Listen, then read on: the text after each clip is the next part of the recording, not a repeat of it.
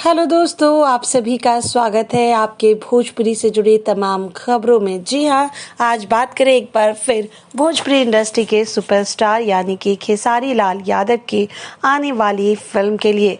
जी हाँ, खेसारी लाल यादव के फैंस के लिए आ गई है गुड न्यूज़। जहां आपने कुछ वक्त पहले ये खबर सुनी थी कि खेसारी लाल यादव की नई फिल्म वीर हनुमान कैंसिल हो चुकी है और वो फिल्म अब नहीं बनेगी। लेकिन ये खबर एक बार फिर से सामने आई है कि खेसारी लाल यादव की ये फिल्म अब कैंसिल नहीं होगी, बल्कि वीर हनुमान फिल्म बनेगी और उसमें हीरो खुद होंगे खेसारी लाल यादव। खैर दोस्तों, इस फिल्म के साथ अब आपको भोजपुरिया इंडस्ट्री में कौन सा नया अंदाज दिखने वाला है खेसारी लाल यादव का, ये दोस्तों देखना होगा काफ़ी ज़्यादा इंटरेस्टिंग।